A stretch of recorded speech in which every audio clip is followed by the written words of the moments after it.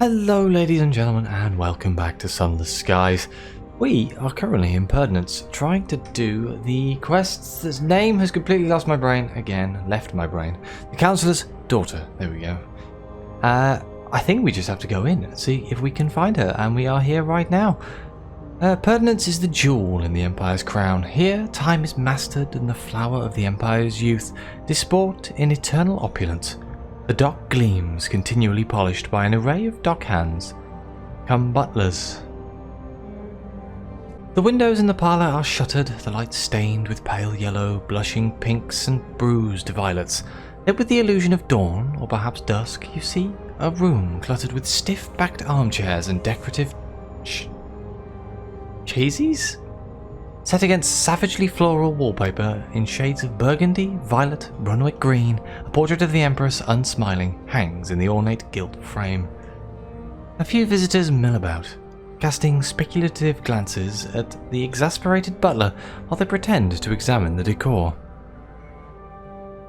Okay, so how are we going to find this lady? I'm guessing we are going to have to get in. Let's write a port report first.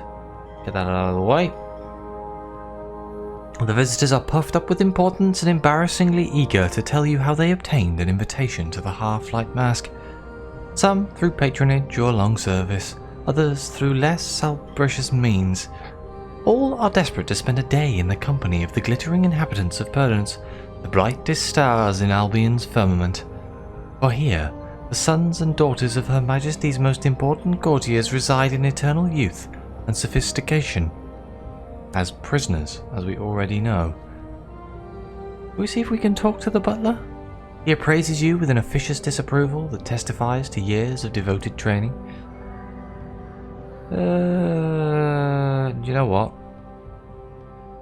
I don't think he's going to be able to help me, so let's just get in there. Let's hand one of our 6 invitations to the butler and join the Half-Light Masque.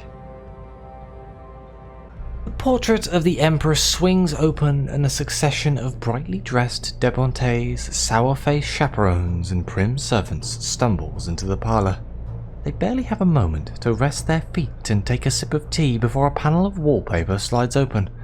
The dark maw of a sharpingly curving passage just visible in the light of dawn. The exasperated butler snatches the invitation from your hands. Remember, your invitation only lasts 1 day. It is a warning, but it sounds a little wistful. It propels you forward to join the court in its procession. You emerge, a little tender, into the morning.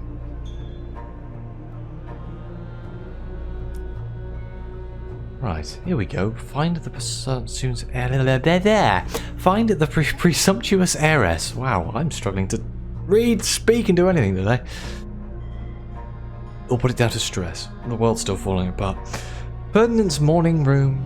This time, the domain of the Duchess of the Antechamber, bright-eyed despite the night's revels. Dowagers of varying staleness and aplomb take tea and converse in low tones. Other debutantes reply to correspondence, writing notes in elegant script and affixing them with sealing wax. Meanwhile, chaperones give orders to the servants and see to Perdnance's household accounts.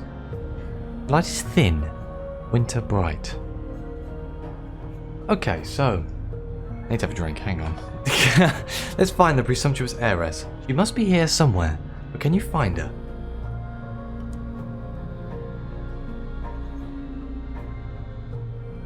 The macabre counsellor commissioned you to find and free her daughter, presumptuous heiress. First, you'll need to find her among the debutants. Oh god, I can't say it. Why do I keep stumbling? Debutants. Whatever.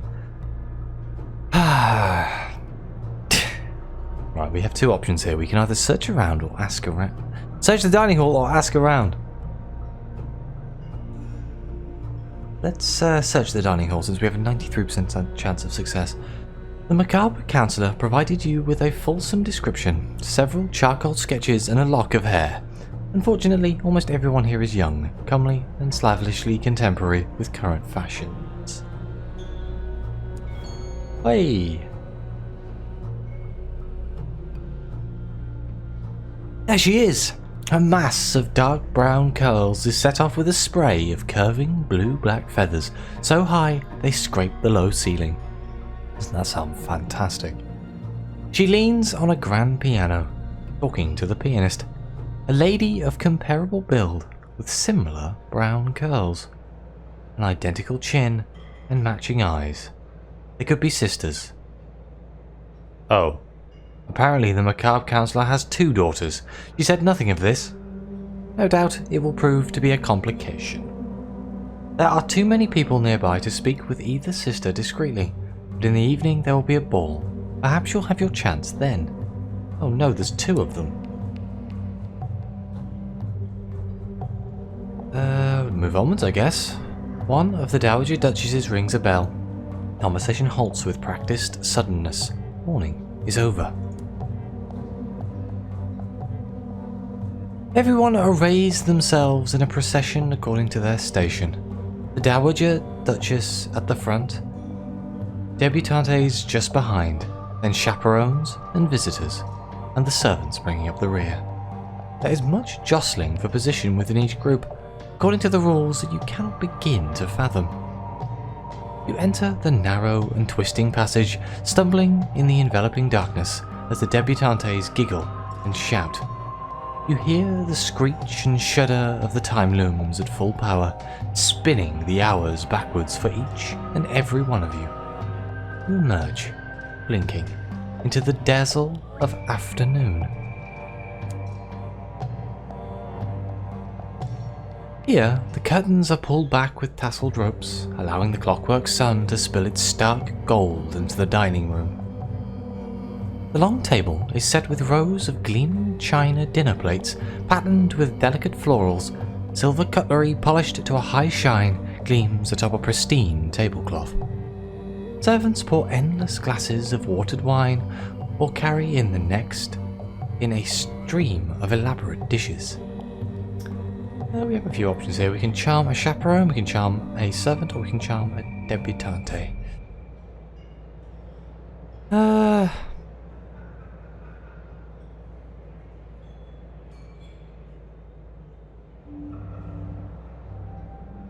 guess we could charm a chaperone. I think I've done a chaperone before. I may have done. The chaperone soon considers you a fast friend. He deftly inserts you into a lively conversation between several debutantes. He also gives a subtle signal to the servants, and thereafter you are always served the finest cuts of meat. It is more or less like pork. How many pigs were brought into the sky, of course, but let's call it pork. Oh, excuse me. My voice is not liking this at all. Still have a cough. Sticking around. It will not disappear. Let's move onwards. A Dowager Duchess gives a small nod and the entire company rises as one. Here comes the evening. The passage opens behind the china cabinet and the procession forms once more. Take a breath and step into the close, stifling darkness, trying not to fall behind as the passage contorts and coils. You hear the screech and shudder of the time looms at full power, spinning the hours backwards for each and every one of you. You look around, but the other members of the procession are studiously ignoring those who wear the faceless masks. Their fear is catching. It is an enormous relief to spill out into the evening at the grand ballroom. Everyone finds their place without a murmur, and courtly life is resumed, almost as though the terrors you just experienced never existed. Hanging from the grand ballroom ceiling is a vast Omlu gaselier, its spidery arms decked with cut crystal drops. It casts soft yellow brightness onto the masked dancers below as they whirl across the polished parquet floor. Music blends with the hum of genteel conversation and the stiff swish of starched crinolines. The half-light mask is in full swing. There's barely room to stand, much less move. Okay, so we can dance with the presumptuous heiress. He favours the polka, alas.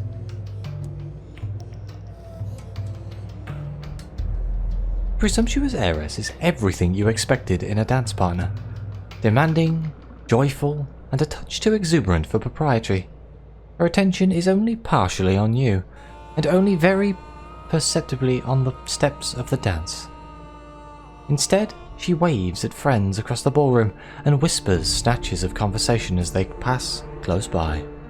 Between mincing steps, interspersed with quick turns in double time, you manage to ask your question. Okay, let's ask her to leave. Tell her about her mother's commission. For all of her frivolity, the presumptuous heiress can summon a thunderous frown when the moment demands it. Leave without my poor luckless sister? I've never heard such base cowardice. He continues for a time, casting precautions on her mother, her plan, and your own involvement. The idea is lack-witted in the extreme, even for Mama. I would rather rot here. He plucks a crudet from a passing silver platter and looks for a servant to refill her champagne. As expected, a complication. The macabre counsellor told you she has an agent in position at Perdance to assist you. You better find them and seek advice. Okay, so we've danced with the heiress. Let's dance with the luckless sister. It's lucky we managed to pick the right one, isn't it? A country dance. You'll have to watch your feet. The luckless sister is light on her feet, with graceful tread. Her curls escape her pins as she twirls, gleaming a dark bronze in the gaslight. She looks very much like her sister as she dances, the occasional anxious line in her face smoothing over with the abandon of youth. Still, there is a watchfulness about her even as you clasp your hands and smile. You must seize your moments for speech. Somehow, you contrive. Let's ask her about her family. Investigate her opinions of the presumptuous heiress and the macabre counsellor. The luckless sister is thoughtful where her sister is pleasingly frivolous, and considered when her sister is untroubled. You gently steer the conversation in the direction of her sister, probing for resentments or jealousies. You find none. It is only when you mention the matter of mothers that the luckless sister's quiet charm falters. The one true pleasure of this awful place is I will likely never see her again. Awful place? You look around at the laughing dancers in their shimmering finery and the crystal decanters dark with wine. The windows, evening blaze caught and refracted in the shining chandeliers.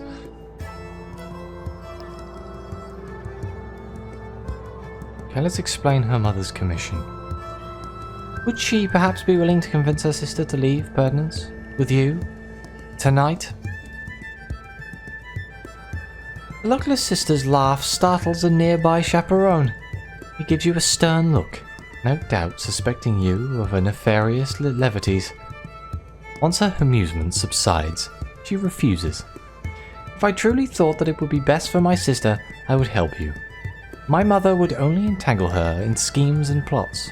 My sister is ill-suited to a life of intrigue and suspicion. She is not surprised that her mother would abandon her here, but nor does she seem inclined to aid you. You need some form of leverage. Okay, the song ends. Let's just go with the chaperones again. The chaperones wear drab versions of the debutante's masks, animals patterned in shades of brown and grey. They prowl the ball, ensuring that no one is getting too friendly. Oh, only a partial success. You happen to be nearby when one of the debutantes is caught beneath a table with a servant. As the chaperones are berating them, you realise how mortified the lovers are at being caught in such a dashabille. You shrug off the outer layer and offer it too.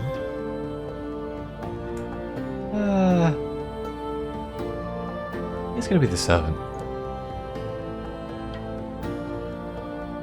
The servant wraps themselves in your garment. They are too mortified for thanks, but another, older servant gives you a grateful nod.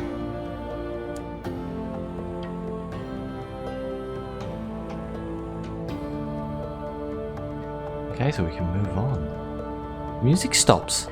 Somewhere below, a mechanical rumble can be heard as the hour looms begin spinning. Ferdinand's once perfect perpetual day all over again.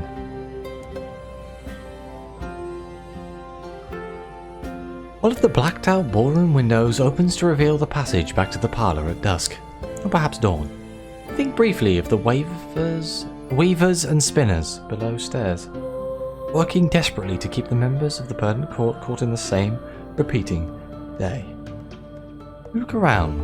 The other members of the procession are studiously ignoring those who wear the facial masks their fear is catching. You enter the parlour through the portrait of the Empress and limp away, sore-footed from dancing and stumbling through the dark. Behind you, the members of the Court of Perdants chatter and take tea, and make ready to begin their day anew. What tonight, and every night thereafter, is the half-light Masque.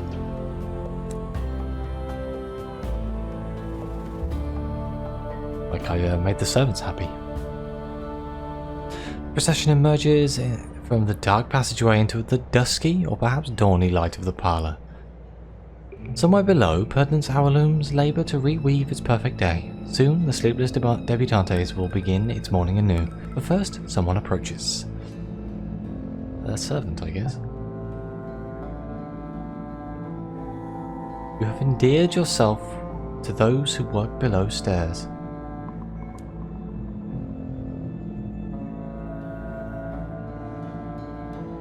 The servants discreetly share their admiration for your kindness and charm. Try not to let it go too much to your head. There's very little competition in the field of kindness to servants here. You leave richer in gossip and soothed by the distractions of the half-light Masque. A pretty big drop in terror right there. Okay, so now I need to find the person who is helping them here. Definitely not him.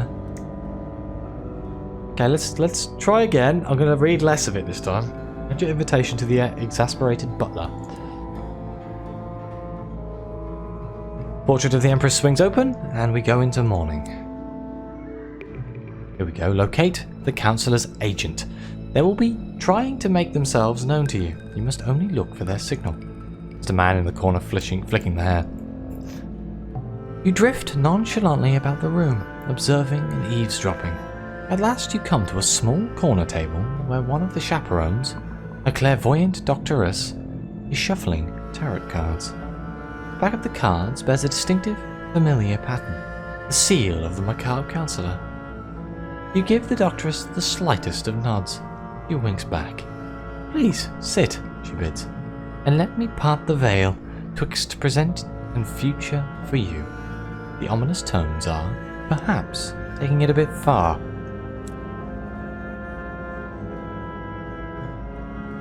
She is wearing modish fashions, but without any adherence to society's opinion regarding colour or pattern. Paisleys in magenta, layer stripes of emerald and indigo.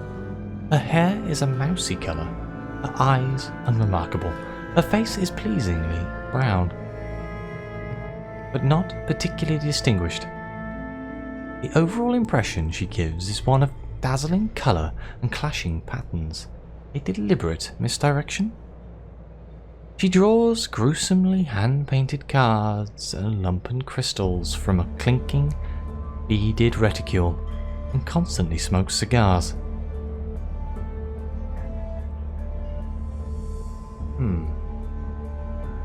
Guess we can introduce ourselves. You were promised help? Well, here it is. The Clairvoyant Doctress. Doctress? Tosses the edge of her floral embroidered caplet and runs a hand down an equally elaborate bodice.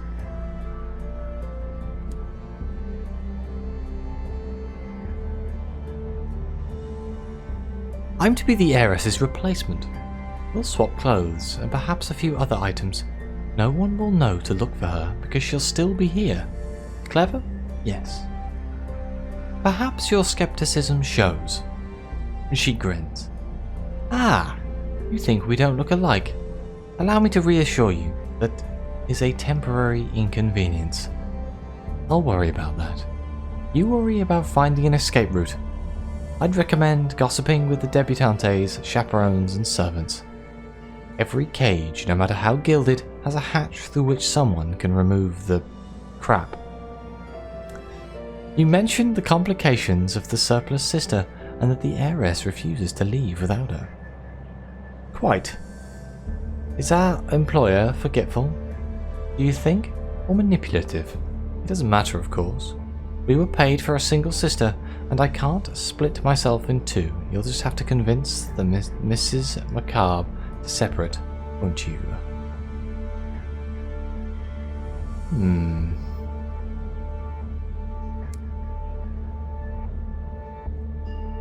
Let's get to know her.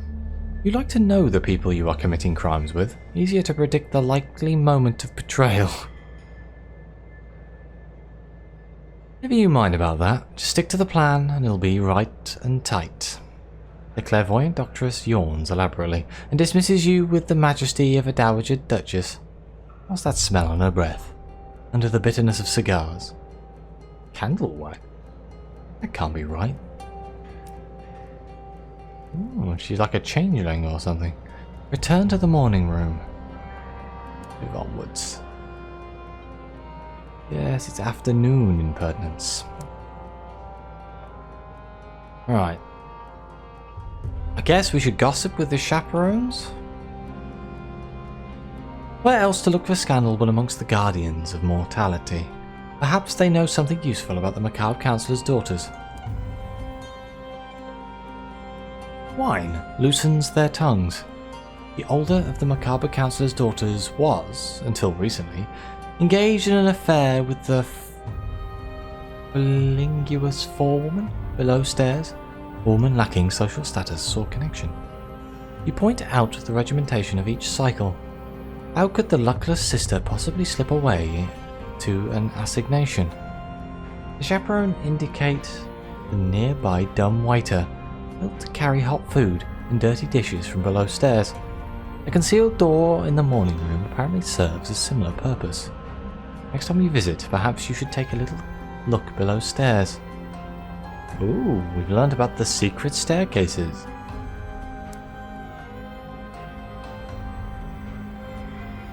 Okay, the Dowager Duchess gives a small log and the entire company rises as one.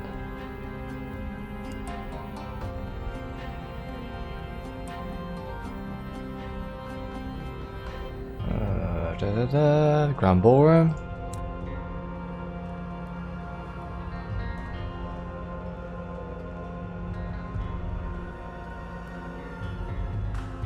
We can either try and talk to them again, but I don't think that's going to help. Let's gossip with the debutantes again. They have sharp eyes and minds under the floors of Tefita. Or so you hope. Perhaps they know something that will aid your escape with the council's daughter. The debutantes tell you of the governesses, the empresses, agents who wear oval masks of featureless obsidian. They are only glimpsed in the passages between the morning and afternoon, between afternoon and evening, between evening and dusk, possibly dawn. You hear stories of disappearances and secret tribunals of interrogations and re-education. A court that lies beneath the court. There are hidden hatches in the passages, the doors of night. The governesses use them to remove those of us whose family displease Her Majesty. You wonder whether you could make a certain sister vanish in the same manner. After evening would be best.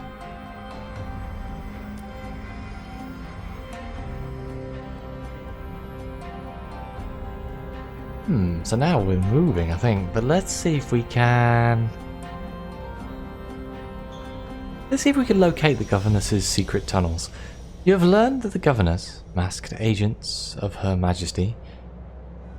The governesses is what that says, not governesses. Whatever. Masked agents of Her Majesty use hidden doorways into and out of the passages between Perdinance's rooms. You can find one. It will be exactly the escape route you need. There are going to be people there watching for me, though. That's the problem. The music ends. The dancing dies. The lights dim. The chaperones, like patient sheepdogs, herd the debutantes together. The door from evening opens into a lightless passage. As ever, the debutantes gossip and giggle, using merriment as their shield against the gloom and the faceless figures it might hold. This time, you pass along the corridor. You turn your eyes from the candles to preserve your night vision. You ignore the procession and study the dark. There, a cloaked figure in a featureless obsidian mask emerges from an unseen door. They glide alongside the procession, looking intently into each person's face. The debutantes look away, a touch of hysteria creeping into their jollity. You search the walls where the governess appeared, finding the crack of a closed door and a hidden hatch that opens it. This is the escape route you need to squirrel one of the sisters away. On the future evening Impertinence, when all else is in place, you will be able to make use of this. Our time of Impertinence is at an end. The debutante veers away at the last moment. Terribly sorry, thought you were someone else. Oh, my terror's fallen. Yay! It appears you made little impression during your time here. The inhabitants of Pertinence are already hard at work pre-correlating the feuds and affairs that will dominate their new day. You make a quiet exit. Well, we do need to go again, but I don't think I have enough time in this episode. I do apologise, this whole thing has just been Pertinence. We are learning a few bits and pieces about it. But hopefully... let me just undock and dock again to make sure it actually saves. Hopefully we will be able to complete this in the next episode. Thank you very much for watching. Please like, subscribe, let me know what you think. Your comments are greatly appreciated. And as always, I'll see you next time.